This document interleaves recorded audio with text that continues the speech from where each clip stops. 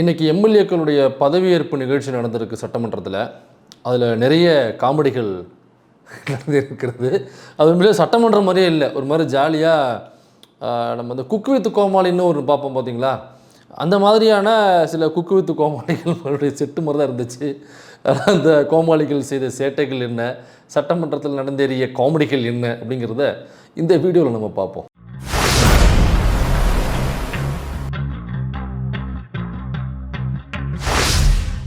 முதலாவதாக கீர்த்தனா அப்படிங்கிற ஒரு எம்எல்ஏ அமைச்சராக கூட அவங்க பொறுப்பேற்றாங்கன்னு நினைக்கிறேன். அந்த கீர்த்தனா இன்னைக்கு எம்எல்ஏவாக பொறுப்பேற்கும் பொழுது அகில உலக காமெடி ஒன்று நடந்து இருக்கிறது. அதை ஒரு ரீலாகவே ஒருத்தர் போட்டிருக்காரு. அதனால் முதல்ல அதை பார்த்துருவோம். ஏன்னா ஒரு வைபு மூடில் போகணும்.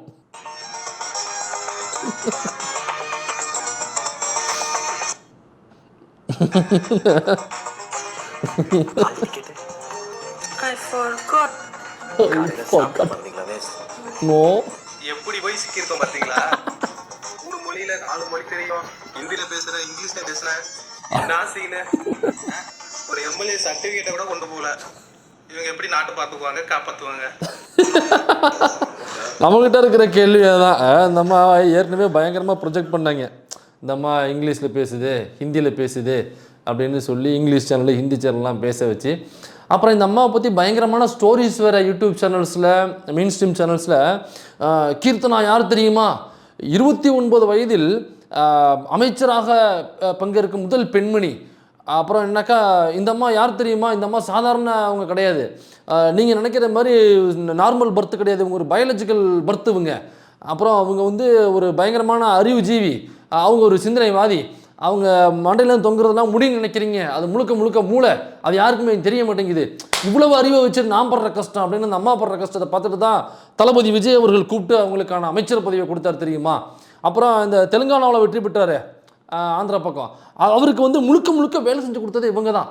இவங்க பயங்கரமான ஒரு ஸ்ட்ராட்டஜிஸ்ட்டு, சோஷியல் மீடியா ஸ்ட்ராட்டஜிஸ்ட்டு. அந்த சோஷியல் மீடியாவில் நடக்கக்கூடிய ஸ்ட்ராட்டஜிலாம் எப்படி சரியாக ஒர்க் பண்ணுறது அப்படிங்கிறத ஒர்க் பண்ணி தான் அவர் ஜெயிக்க வச்சாங்க. அந்த அசாத்தியமான திறமையை பார்த்து வியர்ந்து போன விஜய் அவங்கள அப்படியே அலேக்கா தூக்கிட்டு வந்து தமிழ்நாட்டு அரசியல் அவங்களை பயன்படுத்தணும் அப்படிங்கிறதுக்காக அவங்களுடைய இந்த சோசியல் மீடியாவுடைய ஸ்ட்ராட்டஜிஸ்ட் அறிவை பார்த்துட்டு தான் அவங்களை தூக்கி உட்கார வச்சாங்க. ஏம்மா வரும்போது முதலமைச்சர்லாம் ஜெயிக்க வச்சதையும் ஊருக்குள்ள உருட்ட வச்சேம்மா காசு கொடுத்து, கடைசியில் எம்எல்ஏவாக உள்ள பதவி பிரமாணம் செய்யும் பொழுது அந்த எம்எல்ஏவாக ஜெயிச்ச சர்டிஃபிகேட் எடுத்துகிட்டு போனாங்கிறது ஒன்று தெரியாமல் போச்சேம்மா. எல்லாம் பண்ணுவே எது பண்ணுவே 5 வருஷம் இவங்க கூட தான் குப்பை கொட்ட போகிறோம்னு நினைக்கும் பொழுது எவ்வா நமக்கு தெரியல. 5 வருஷம் இந்த கோமாளிகள் கூட தான் நம்ம குப்பை கட்ட போகிறோம். எம்எல்ஏ எனக்கா உலக வரலாற்றிலேயே தமிழக வரலாற்றில் எடுத்துப்போம். தமிழக வரலாற்றில் எம்எல்ஏவாக ஜெயித்தவங்க சர்டிஃபிகேட் கூட எடுக்காமல் உள்ளே போய் நான் எம்எல்ஏ எனக்கு அந்த சீட்டை கொடு அப்படின்னு கேட்டது உலக வரலாற்றுலேயே எனக்கு தெரிஞ்சு முதல் முறையாக இருக்குன்னு நினைக்கிறேன். அங்கே போய் கேட்டவனே அவர் கேட்குறாரு, எங்கேம்மா சர்டிஃபிகேட் கொடுக்குமா அப்படின்னு சொன்னோன்னா, சர்டிஃபிகேட் அது அது அது வீட்டில் வச்சுட்டு வந்துட்டேன் நம்ம எடப்பாடி பழனிசாமி சொன்னார், ஞாபகம் இருக்குங்களா? அந்த டாக்குமெண்ட்லாம் எங்கேப்பா அது வீட்டில் வச்சுட்டு வந்துட்டேன், எங்கள் ப்ரெஸ் மீட்டில். அந்த மாதிரி சட்டமன்றத்தில் எம்எல்ஏவாக பொறுப்பேற்க போன அந்த அம்மா சர்டிஃபிகேட் அங்கே அது வீட்டில் வச்சுட்டு வந்துட்டேன். சரி, வீட்டில் வச்சு நீ எதுக்குமா இங்கே வந்த, திரும்ப ஓடு. இந்த அம்மா இந்த ஸ்கூல் படிக்கும் பொழுது ஹால் டிக்கெட்டை மறந்து வச்சுட்டு வந்துடுவோம். எப்போயாவது ரொம்ப ரேராக சில பேர் பண்ணுவாங்க, அறிவுஜீவிகள் பேர் பண்ணுவாங்க. அப்புறம் அந்த எக்ஸாம் ஹாலில் அல்லது போன உடனே எக்ஸாம் ஹாலுக்கு போவோம் இல்லைங்களா, அப்போது எப்போவுமே ஒரு 20 நிமிஷம் முன்னாடி போவோம்ல, அப்போ ஃப்ரெண்ட்ஸ்லாம் ஐயோ ஹால் டிக்கெட் மறந்து திரும்ப அங்கேருந்து ஓடுவாங்க, ஓடி கொடுன்னு போய் சைக்கிளில் வேகமாக பைக்கில் எங்கேயாவது வாங்கிட்டு போய் திரும்ப எடுத்துகிட்டு வருவாங்க. அந்த மாதிரி சில அறிவுஜீவிகள் இருப்பாங்க. அந்த மாதிரி தம்மா மறந்து வச்சுட்டேன்னு சொல்லிட்டு திரும்ப போய் எடுத்துகிட்டு வரக்கு நல்ல வேலை லாஸ்ட் மணி அடிக்கிறதுக்குள்ளே அந்த சட்டமன்றம் முடியறதுக்குள்ளே அந்த அம்மா எடுத்துகிட்டு வந்து ஓடி வந்து கடைசியாக கொடுத்துட்டு எம்எல்ஏன்னு பதவி பிரமாணம் வாங்கிட்டு போச்சு. இங்கிலீஷ் பேசுகிற, ஹிந்தி பேசுகிற, இதெல்லாம் பேசுகிற, கடைசியாக சர்டிஃபிகேட் எடுத்து வரணுங்கிற அறிவு இல்லையாம்மா. இதெல்லாம் பேசுகிற யாருக்கிட்ட பேசணுங்கிறது அறிவு வேணாமா? அப்புறம் இந்த இங்கிலீஷு அப்புறம் ஹிந்தி பேசுகிறாங்க அப்படின்னாக்கா அவங்க அறிவாளிகள்னு அர்த்தம் கிடையாது. இங்கிலீஷு ஹிந்திலாம் ஒரு மொழி என்பது அறிவு ஆகாது, அறிவு என்பது வேறு அப்படின்னு ஏற்கனவே பல முறை படிச்சிருக்கோம், பல பேர் சொல்லியும் கேட்டிருக்கோம். முதல் முறையாக நம்ம திரையில் அதை பார்த்துருக்கோம், அதுவும் தமிழ்நாட்டு அரசியலில் பார்த்துருக்கோம். அப்புறம் இந்த அம்மா பெரிய அறிவுஜீவி அது இதுன்னு உருட்டுறாங்க இல்லை, இது எல்லாம் ஒரு டுபாகூர் கதை. இந்த அம்மாவுடைய ஒரிஜினல் கதைன்னு ஒன்று இருக்குது. அது என்னங்கிறத நாளைக்கு வீடியோவில் நான் உங்களுக்கு சொல்கிறேன். தலைவர் பேசுறாரு.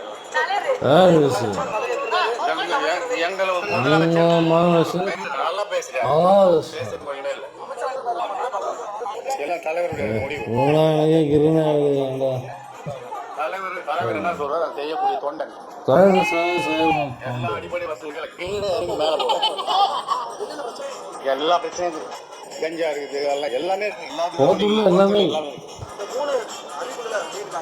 சூப்பர். நீங்களே பார்த்து வெளியிடுங்க. போடுங்க, நீங்க போடுங்க. டிவி சண்முகத்துக்குலாம் அப்பனா இருப்பான். சட்டமன்றத்துக்கு வரும்போது ஒருத்தர் போதை போட்டு. ஆமா தம்பி, இவர் பேர் என்ன? அண்ணா இவரை தெரியல. இல்லப்பா, யாரு? அண்ணா இவர் தானே ஆக்ஷன் கிங் VS பாபு. இது VS பாபுவா? இனிமே நீ VS பாபு இல்லை, போத பாபு. அது என்ன முதலமைச்சர் செஞ்ச ஆக்ஷன் என்ன? சரி, ஒருவேளை அதேமாரி செய்யணும்னா கூட நீங்களும் இப்படி செஞ்சு பாருங்கள், நாங்கள் முதலமைச்சரை வீழ்த்திட்டோம் அப்படின்னு அவர் செஞ்ச மாரி செஞ்சால் பரவாயில்ல. இது என்னமோ காக்காவளிப்பு போகிற மாதிரி. அது பேர் காக்காவளிப்புன்னு ஊரில் சொல்லுவாங்க. ஒருவேளை மெடிக்கலில் தப்பான டைம் தான் சொல்லுறது, திருத்திப்போம். இந்த இப்படின்னு இந்த காக்கா பிரியாணி தின்னா காக்கா குரல் வராமல் இப்போ என்னன்னா உன்னி குரசனங்கரில் வரும் பார்ப்பல. இல்லை, அந்த மாதிரி காக்கா பிரியாணி தின்ட்டு காக்கா முறையே இப்படி செஞ்சு நிற்கிறாப்புல தெரியுவேன். என்னமோ தெரில, ஒரு நாளைக்கு பாருங்கள், அது ஏதோ அது நர்வ்ஸ் ப்ராப்ளமாக என்னன்னு தெரியல, இப்படியே செஞ்சு நிற்கிறாப்புல. ஒரு நாள் உண்மையிலேயே நர்வ்ஸ் ப்ராப்ளமாக இழுத்துக்க போகுது. அண்ணனா போகிறாடே, அப்படியே செய்கிறாப்புலாடே, சரி செமையாக செய்கிறாப்புலா அப்படின்னு விட போகிறானுங்க. கவலைக்கிடமாக போகுது. அப்புறம் குளத்தூரில் முதலமைச்சருக்கு எதிராக நின்று ஜெயிச்ச தாவேகா MLA மரியாதைக்குரிய போதை பாபு அவர்கள் இவர் தான். ஒரு முன்னாடி திமுகவில் இருந்து தான் போனாப்புல. திமுகவில் வந்து ஏன் விரட்டப்பட்டாப்புலனாங்க, திமுகவில் வந்து ஒரு போல திமுகவில் வந்து விரட்டப்பட்டார். ஏன் விரட்டப்பட்டார்னா, கட்சி ஆசை ஆட்டையை போட்டாப்புல. ரெண்டாவது தலைவன் கந்துவட்டி.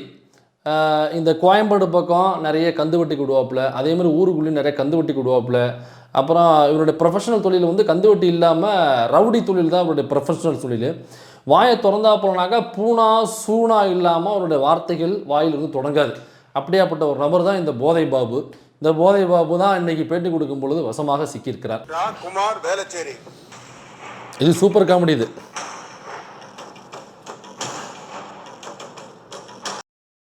இது வரதுல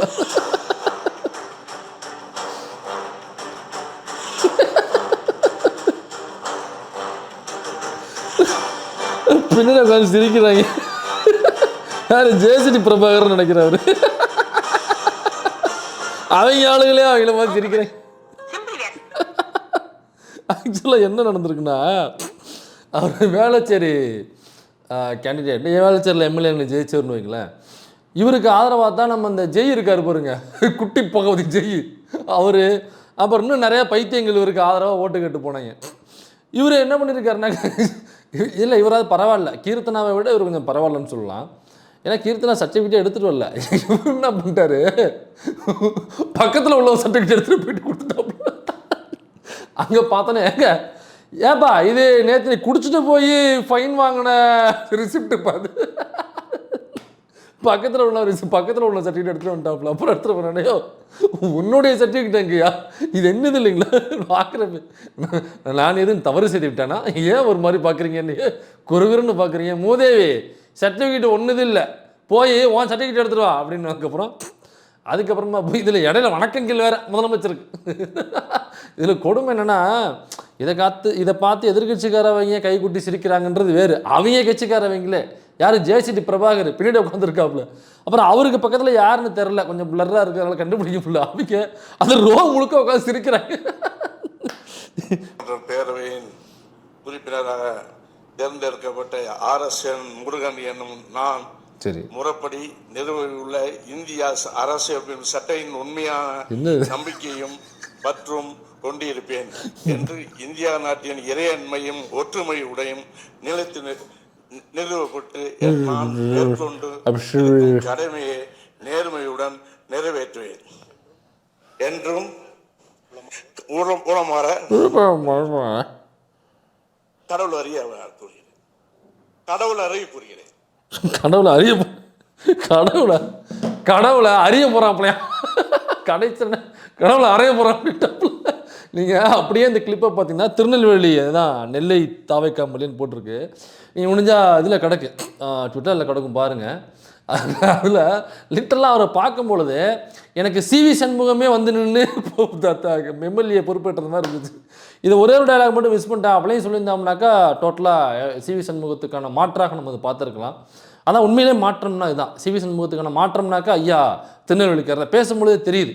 எனக்கு தஞ்சாவூர் தளபதியின் பெயர் கொண்ட சரவணன் அவருக்கு பதிலாக இவரை நீங்கள் அந்த போதை ஒழிப்பு இது நக்கப்பதை போதை ஒழிப்பா மது ஒழிப்பா அந்த துறைக்கு நீங்கள் இவரை போட்டிங்கன்னா கரெக்டாக இருப்பார்னு நினைக்கிறேன். பேசும்பொழுதே தெரியுது எவ்வளோ ஃபுல்லாக வந்து பேசுகிறாரு அப்படிங்கிறது. தலைவர் ஒரே ஒரு டைலாக போட்டிருந்தாருன்னா ஃபுல்ஃபில்லாக இருக்கும்.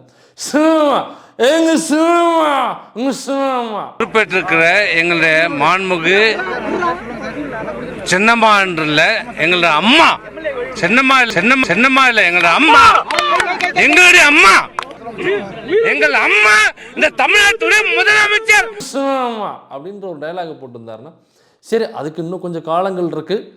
ஆனால் அப்படியாப்பட்ட காலங்கள் வரும் பொழுது அந்த ரெசார்ட்டில் அடைத்து வைக்கப்பட்ட அந்த குதூகலமான காட்சிகளை நம்ம பார்க்கும் பொழுது அன்னைக்கு ஐயா சிவி சண்முகம் எப்படி வெளியில் சீரி பாய்ந்து வந்து சில டைலாக்களை பேசினாரோ அதே டைலாகை சீரி பாய்ந்து வந்து பேசக்கூடிய நபர் தான் நம்மளுடைய திருநெல்வேலி தாவேக்கா.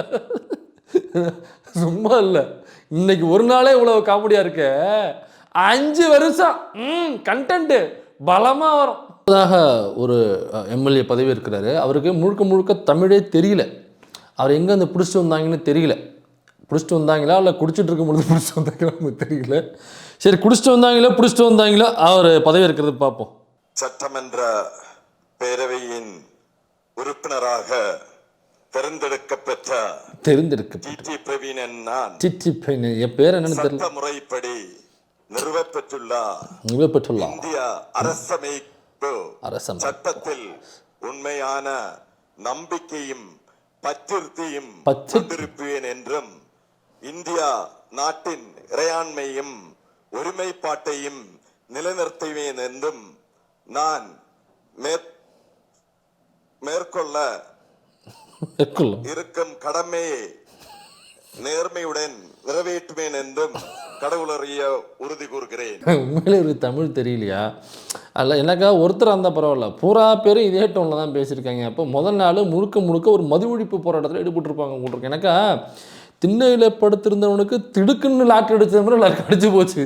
இப்போ இதை வச்சுக்கிட்டு என்ன பண்ணுறது ஏது பண்ணுறதுன்னு தெரில அவங்களுக்கு. அதனால் அவங்க அஸ்யூஷுவல் ஒரு லைஃப்பை வாழ்வாங்கல்ல.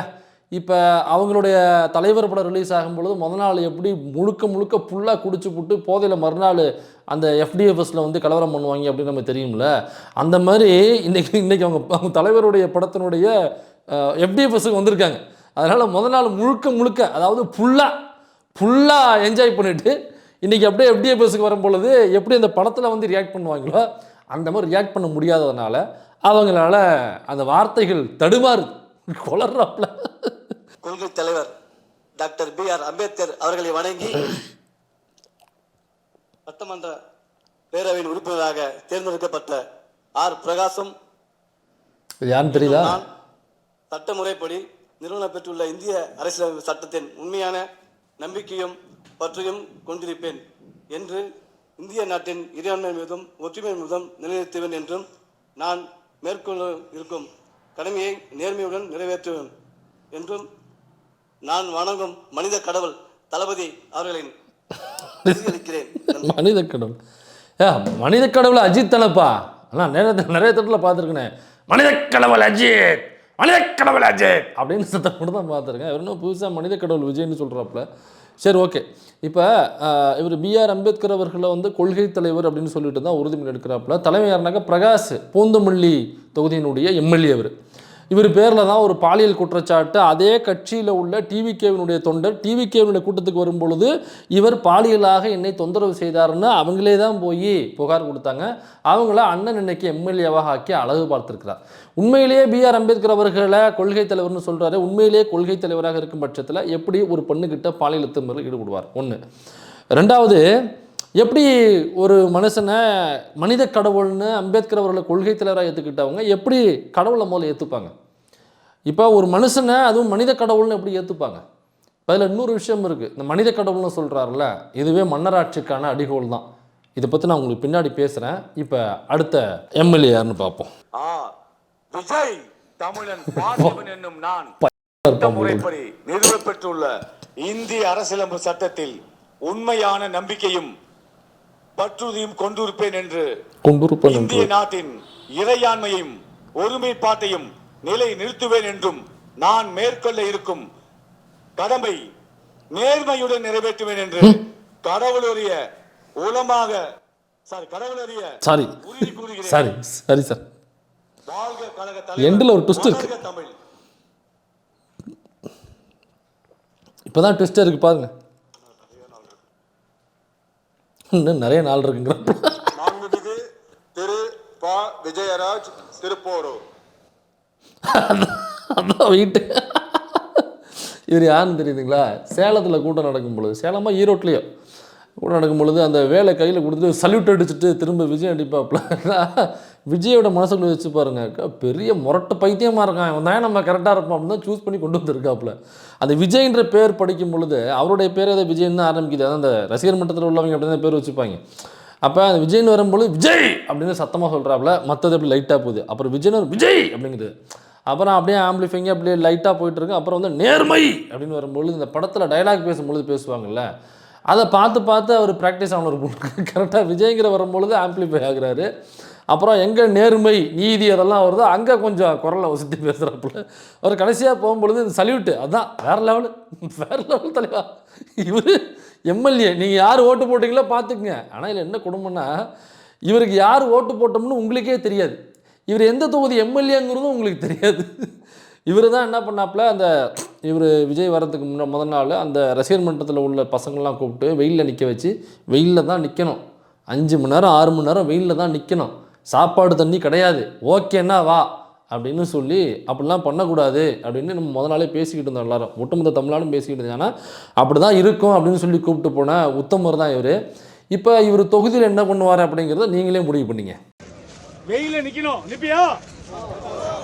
5 மணி நேரம் இல்ல 6 மணி நேரம் தளபதிக்காக நிப்பமா? தண்ணி குடிக்க முடியாது, சாப்பாடு சாப்பிட முடியாது, ஸ்ட்ரென்த்தா இருப்பியா? நம்மளுக்கு என்ன முக்கியம்? சட்டமன்ற பேரவையின் உறுப்பினராக பட்டிமன்றம் தேர்ந்தெடுக்கப்பட்ட ராஜ்மோகன் என்னும் நான் சட்ட முறைப்படி நிறுவப்பெற்றுள்ள இந்திய அரசமைப்பு சட்டத்தில் உண்மையான நம்பிக்கையும் பற்று உறுதியும் கொண்டிருப்பேன் என்றும் இந்திய நாட்டின் இறையாண்மையையும் ஒருமைப்பாட்டையும் நிலை நிறுத்துவேன் என்றும் நான் மேற்கொள்ள இருக்கும் கடமையை நேர்மையுடன் நிறைவேற்றுவேன் என்றும் கடவுள் அறிய உறுதி கூறுகிறேன். இதுக்காக தான் வெயிட் பண்ணேன். அவர் எல்லாம் முடிச்சுட்டு கடவுள் அறிய அப்படிங்கிற பொழுது சைடில் விஜய் உட்காந்துருக்காப்புல. அவர் கேட்க காமிச்சு கடவுள் அறிய அப்படிங்கிறாப்புல. அப்போ விஜய் வந்து மனித கடவுள் அறிய இப்படின்னு அந்த கூட்டத்தில் கிட்டத்தட்ட ஒரு 6-7 பேர் எனக்கு தெரிஞ்ச வரைக்கும் சொன்னதாக எனக்கு நினைவு. அதை தாண்டி கூட இருக்காங்க. நம்ம 234 பேரும் பதவி இருக்கிறத பார்க்கல, அவங்களுடைய 108 பேர் பதவி இருக்கிறத நம்ம பார்க்கல. அப்போ நமக்கு தெரிஞ்ச வரைக்குமே ஒரு 6-7 பேர் வந்து கடவுள் அறிய, மனித கடவுள் அப்படின்னு சொல்லி பேசிட்டாங்க. இப்போ அவர் முன்னாடி பேசும்பொழுது மன்னராட்சியை ஒழிச்சாச்சு, நம்ம மன்னராட்சியை ஒழிக்கணும், நான் ஒன்றும் மன்னர் பரம்பரை கிடையாது அப்படின்லாம் பேசிக்கிட்டு இருந்தார்ல. இதுதான் ஆக்சுவலான மன்னராட்சி அப்படிங்கிறது. அதாவது கடவுள் அறிய அப்படின்னா என்ன அர்த்தம்னா, அவர் சாதாரண மனிதர் கிடையாது, அவர் பயாலஜிக்கலாக பிறக்கலை, அவர் வந்து ஒரு கடவுள், அவர் ஒரு மனித பிறவி கிடையாது அப்படின்னு எப்படி மோடி சொன்னாரோ அதே பாணியில் தான் இவர் ஒரு கடவுள் அறிய, அவர் ஒரு மனித கடவுள் அப்படிங்கிற பிம்பமும். இப்போ ஆக்சுவலாக பேர் சொல்லக்கூடாது அப்படிங்கிறதுக்காக இப்போ கடவுளுடைய பேர் எப்படி சொல்ல முடியும்? கடவுள் என்ன வாடாமுருகா போடாமுருகான்னு சொல்ல முடியும்? கடவுள்னாக்கா கடவுள்னு சொல்லுவாங்க. இப்போ நம்ம ஊரில் உள்ள தெய்வங்களை நம்ம வாடாப்புறான்னு சொல்லுவோம், நம்மளுடைய குலதெய்வத்தை அப்படி தான் பேசுவோம். ஆனால் இந்த பெருங்கடவுள்னு சொல்லிக் கொள்கிற கடவுள் இருக்குல்ல, அதெல்லாம் நம்ம வாடாப்புறான்னு சொல்ல முடியாது. என்னக்கா கடவுள் அப்படிம்பாங்க. நம்ம சாதாரணமாக வீடியோ போடும்பொழுது அந்த மாதிரி சொன்னால் கூட பெரிய சிக்கலாகி போகும். அப்போ கடவுள்னாக்கா நம்ம அந்த மாதிரி மரியாதை குறைவாக பேசக்கூடாது. அப்போ அவர் ஒரு கடவுள் அப்படின்னாக்கா அதுக்கு பிறகு தான் மன்னராட்சியில் மன்னருடைய பேரை யாரும் சொல்ல மாட்டாங்க. நான் ஏற்கனவே ஒரு வீடியோ சொல்லியிருக்கேன். மன்னர் பேரை சொல்லாமல் அதுக்கு பதிலாக அரசே, வேந்தே, மன்னா அப்படின்னு தான் சொல்லுவாங்க. அப்போ அதே மாதிரி தான் இங்கே விஜய் அப்படிங்கிற பேரை யாரும் பயன்படுத்தக்கூடாது. ஏன்னாக்கா சட்டமன்ற உறுப்பினராகிய நாங்களே, அமைச்சராகிய நாங்களே அவரை வந்து கடவுள், மனித கடவுள் அப்படின்னு சொல்லும் பொழுது, நீ சாதாரண ஒரு மனுஷன், சாதாரண ஒரு பப்ளிக், சாதாரண ஒரு யூடியூபர், நீ வந்து விஜய்னு சொல்லுவியா? எங்கள் கடவுள் பெயரை சொல்லுவியா? எங்கள் மனித கடவுள் பெயரை சொல்லுவியா? எங்கள் கடவுளறிய பெயரை நீங்கள் சொல்லுவியா? அப்படின்னு நம்மளுடைய கருத்துரிமைக்கு எதிராக பாருங்கள், இந்த கால்கள் முழுக்க நம்மளுடைய கருத்துரிமை குரவலை மிதிக்க வருகிறதா இல்லையாங்கிறத பாருங்கள். ஆக்சுவல் மன்னராட்சி இதுதான். ஆக்சுவல் மன்னராட்சியை இந்த 5 வருஷத்தில் நம்ம பார்க்க போகிறோமா இல்லையாங்கிறத பொறுத்து இருந்து பாருங்கள். ஏன்னா ஏற்கனவே இந்த சோஷியல் மீடியாவில் விஜயை குறித்து விமர்சனமாக வைக்கிறவங்களை ஏற்கனவே அந்த ட்விட்டர் பேஜை காலி பண்ணுறது, இன்ஸ்டா பேஜை காலி பண்ணுறது, சைபர்லேருந்து கம்ப்ளைண்ட் அடித்து எக்ஸுக்கு, இன்ஸ்டாக்கு, மெட்டாக்கு கம்ப்ளைண்ட் அடித்து அவங்க மூலமாக சைபர்லேருந்து கவர்மெண்ட்டே கொடுக்குது அப்படின்னாக்கா அவங்க சைடு ஆக்ஷன் எடுக்கணும் அப்படிங்கிறதுக்காக அந்த ட்வீட்டை வந்து டெலீட் பண்ணுறது, அப்படி இல்லைனாக்கா அவங்க மீது கம்ப்ளைண்ட்டாக பதிவு பண்ணுறது லோக்கலில், மெட்டாவிலேருந்து அந்த அக்கௌண்ட்டையே வித்துகள் பண்ண வைக்கிறது, இப்படி பல வேலைகளை பண்ணிக்கிட்டு இருக்காங்க. அவங்களுடைய ட்வீட்ஸ் எல்லாம் நீங்கள் எடுத்து பார்த்தீங்க அல்லது இன்ஸ்டாவில் போகிற ரீல்ஸ் எடுத்து பார்த்தீங்கன்னா அவங்க நியாயமாக எந்த ஒரு ஆபாசமாக இல்லாமலும் அவங்க இழிவான வார்த்தைகளை பயன்படுத்தாமல் அவங்க விமர்சனமாக முன் வைக்கிறாங்க. 200 யூனிட்னு சொன்னீங்கல்ல மாதம், இப்போ ஏன் நீங்கள் 2 மாதத்துக்கு ஒரு தடவைன்னு சொல்கிறீங்க? அதுவும் 500 யூனிட்டுக்குள்ளே பயன்படுத்துகிறவங்களுக்கு தான் அந்த 200 யூனிட்னு சொல்கிறீங்களே, அப்போ நீங்கள் முன்னாடி போய் சொன்னீங்களா அல்லது இப்போ போய் சொல்கிறீங்களா அப்படிங்கிற கேள்வியை நியாயமாக வைக்கிறாங்க. இந்த கேள்வியை கேட்டாங்க மக்கள்கிட்ட போய் சேர்ந்துருச்சுனாக்கா அவன் அறிவாளியாக ஆகிடுவான், அறிவு அடைஞ்சிருவான். அப்போ இவர் வந்தாக்கா ஒரு மாற்றம் இருக்கும் அப்படின்னு நினச்சிட்டு ஓட்டு போட்டவங்களாம் இந்த வீடியோவை பார்த்தாங்கனாக்கா, ஆஹா இவர் பக்கா டுபாகுரு, அப்போ முன்னாடி ஒன்று பேசிட்டு இப்போ ஒன்று பேசுகிறாரு, அப்போ உள்ளதுலேயே மிக மோசமான ஒரு அயோக்கியராக இருக்கார் அப்படின்னு சொல்லிட்டு மக்கள் விழிப்புணர்வு அடைஞ்சிருவாங்க அப்படிங்கிறதுக்காக அப்படி பேசுகிறவங்களா பார்த்து அக்கௌண்ட்டை க்ளோஸ் பண்ணுறது, அவங்கள ஐடியை காலி பண்ணுறது, அப்படியாப்பட்ட வேலைகளை பார்த்துட்டு இருக்காங்க. பார்ப்போம், நமக்கும் இந்த சூழல் நெருங்கி வரும். அப்போ கருத்துரிமைக்கு நம்ம எல்லாரும் சேர்ந்து குரல் கொடுக்க வேண்டிய கட்டாயத்துக்கு நம்ம தள்ளப்படுவோம். இப்போ கடைசியாக ஒரு முக்கியமான ஒரு நபர் பதவி இருக்கிறது பார்க்க போகிறோம். அது யாருனாக்கா நம்மளுடைய மரியாதைக்குரிய சட்டமன்ற உறுப்பினர், தீநகர் சட்டமன்ற உறுப்பினர் புசி ஆனந்த் அவர்கள். நார்மலாகவே அவர் எப்படி பேசுவார்னு நமக்கு தெரியும். காலை மணக்கணங்கள், மாலை வணக்கணங்கள்னு பேசுவார். இப்போ என்ன உறுதிமொழி எடுத்திருக்காருங்கிறத இப்போ நம்ம பார்ப்போம். சட்டமன்ற பேரவையின் உறுப்பினராக தேர்ந்தெடுக்கப்பெற்ற என் ஆனந்த் என்றும் நான் முறைப்படி நிறுவப்பெற்றுள்ள இந்திய அரசு சட்டத்தில் உண்மையான நம்பிக்கையும் பற்றுதையும் கொண்டிருப்பேன் என்றும் எப்படியாவது படித்து முடிச்சுட்டா சாமின்னு படிச்சிருப்பாமையும் ஒருமைப்பாட்டையும் நிலைநிறுத்துவேன் என்றும் நான் மேற்கொள்ள இருக்கும் கடமை நேர்முறை நிறைவேற்றேன் என்றும் உளமாற உறுதி கூறுகிறேன். ஐயா ராசா படித்து முடிச்சுட்டா சாமினா எம்எல்ஏனா அப்படிங்கிற மாதிரி. எனக்கு தெரிஞ்சு முதல் நாள் முழுக்க அந்த பசங்க படத்தில் உட்காந்து மனப்பாடம் பண்ணுவாங்கல்ல, அந்த மாதிரி உட்காந்து மனப்பாடம் பண்ணியிருப்பாங்கன்னு நினைக்கிறேன். மண்டையில் குட்டி குட்டி குட்டி குட்டி குட்டி மனப்பாடம் பண்ணிட்டு வந்து அது 2-3 மிஸ்டேக்ஸாக இருந்தது. ஏதோ என்றும்னு சொன்னார் ஒரு இடத்துல, அப்புறம் இன்னொரு இடத்துல ஏதோ உளர்னார். மற்றபடி அந்த உளராமல் மனப்பாடம் பண்ணதை பக்காவும் வந்து ஒப்பிச்சுட்டு எம்எல்ஏ ஆகிவிட்டார். இதேமாதிரி இன்னும் நிறைய காமெடிகள் நடந்திருக்கு.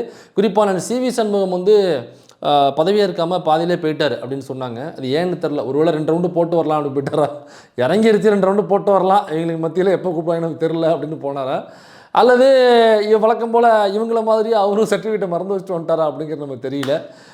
இந்த மாதிரியான குளறுபடிகள் நடுநிலை நடந்துட்டு இருக்கிறது. இதுதான் இன்றைக்கி தொடக்கம். அதுக்கப்புறம் முதலமைச்சரை பார்த்துருக்காங்க, வீட்டில் பார்த்துருக்காங்க, வைகோவரில் வீட்டில் பார்த்துருக்காங்க, அன்புமணியை வீட்டில் போய் பார்க்க போகிறதாக சொன்னாங்க. அது வரைக்கும் அப்புறம் போய் பார்த்துருப்பார்னு நினைக்கிறேன். அப்புறம் சீமானையும் பார்க்க போகிறதாக சொன்னாங்க.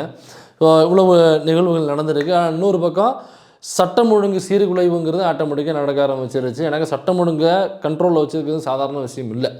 அப்போ இன்றைக்கே வந்து இதில் Basin Bridge P4 police station பக்கத்தில் போலீஸ் ஸ்டேஷன்கிட்டையும் அடிச்சு நொறுக்கிட்டாங்க. அது பக்கத்தில் உள்ள ஏரியாக்களில் மிகப்பெரிய கலவரமாக அங்கே உள்ள பொதுமக்களுக்கு மிகப்பெரிய பீதி ஏற்படுத்தும் வகையில் ஒரு சம்பவம் நடந்திருக்கு. இதெல்லாம் பற்றி நம்ம அடுத்த வீடியோவில் பார்ப்போம். TVK ஃபைல்ஸ் வருது, அதில் நம்ம இந்த வீடியோக்கெல்லாம் பார்த்து பார்ப்போம்.